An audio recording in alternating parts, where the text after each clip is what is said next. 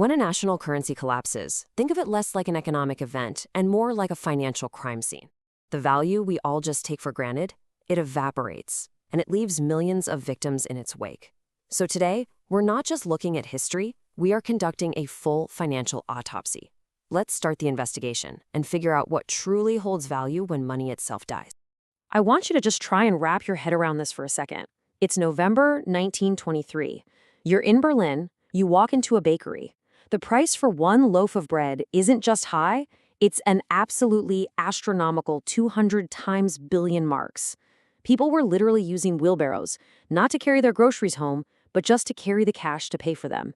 This isn't a movie script. This was the brutal, brutal reality of the Weimar Republic's hyperinflation. And that experience, which we've seen repeated from Zimbabwe to Venezuela to Lebanon, it really raises the most fundamental financial question there is.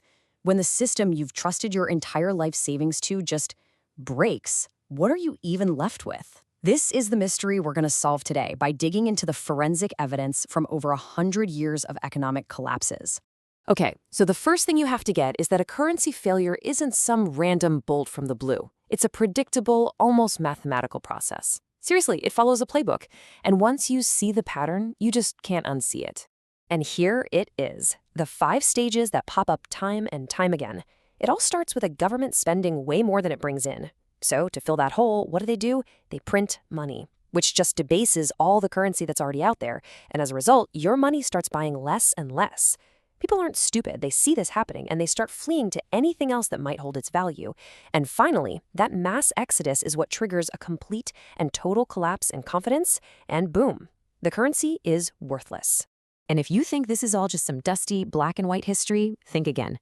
This number? That's the catastrophic loss of value of the Lebanese pound in just 4 years, ending in 2023, a 98% wipeout. That is how fast and how absolutely devastating a modern currency collapse can be.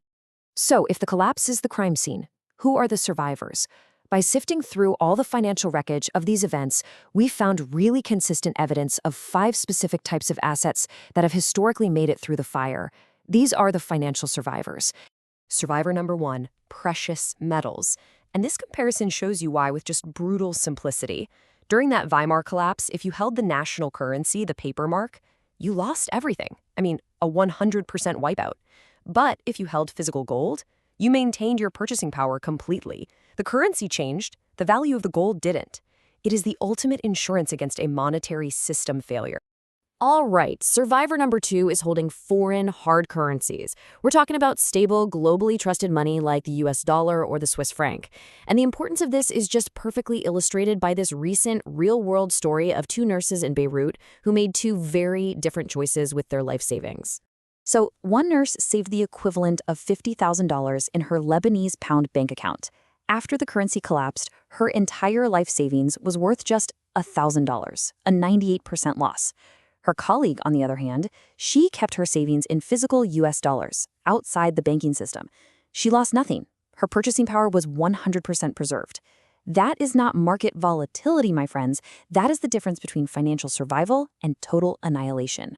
Okay, get ready for survivor number 3, because this one feels completely backwards at first. Productive equities, or stocks. I mean, look at this. As Venezuela's entire economy was imploding, its stock market was going parabolic, with some stocks soaring over 200%. Now, you're probably thinking, how on earth does that make any sense? But it actually makes perfect sense once you understand what a stock really is. See, a stock isn't just a piece of paper or a ticker symbol on a screen. It's a legal claim on real, tangible stuff. Factories, machinery, inventory.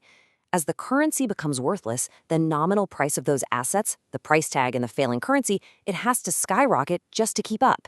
And here's the key. The most resilient companies are the ones earning revenue in stable foreign currencies like US dollars, while their costs are in the collapsing local currency. They don't just survive. In a weird way, they can actually thrive. Now for survivor number 4, consumables and barter goods. Look, when the formal monetary system just completely freezes up, human commerce doesn't stop. No way. It just finds a new medium of exchange. In post-World War II Germany, it was cigarettes. In modern Venezuela, it's things like medical supplies, fuel, or basic tools. These are tactical assets, for immediate exchange. but they aren't strategic. You can't really build long-term wealth on soap and batteries.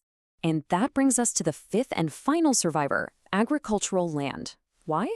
Well, it's the ultimate producer of the one thing humans absolutely cannot live without: food, calories.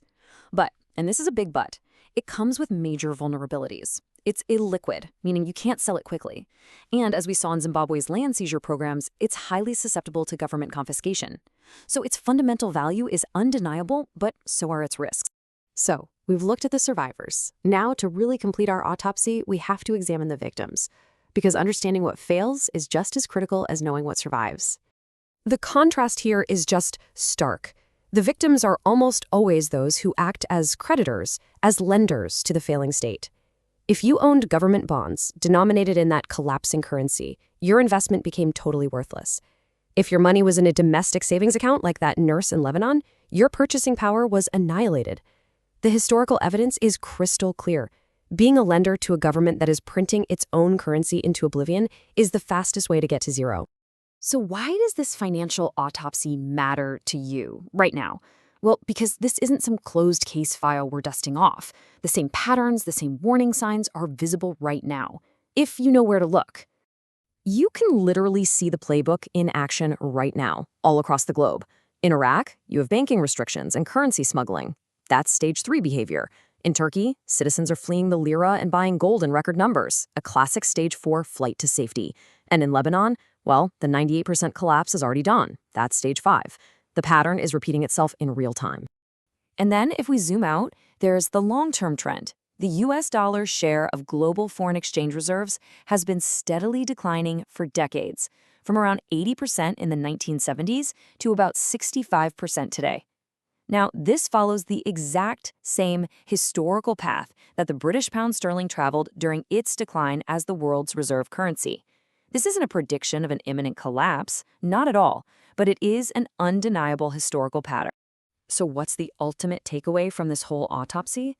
The lesson is not to panic. It's not to become a doomsday prepper. No, it's about genuine diversification. That means holding different forms of value that respond differently to a monetary crisis. Assets like precious metals, foreign currencies, and productive international companies that are not solely dependent on the health of any one single currency or system. So, we've seen that a currency collapse isn't a mystery, it's a pattern. The autopsies of the past give us all the clues we need. They show us what survives and what turns to dust. History has literally laid out the entire playbook for us. The only question left is, will you recognize the pattern before it plays out again?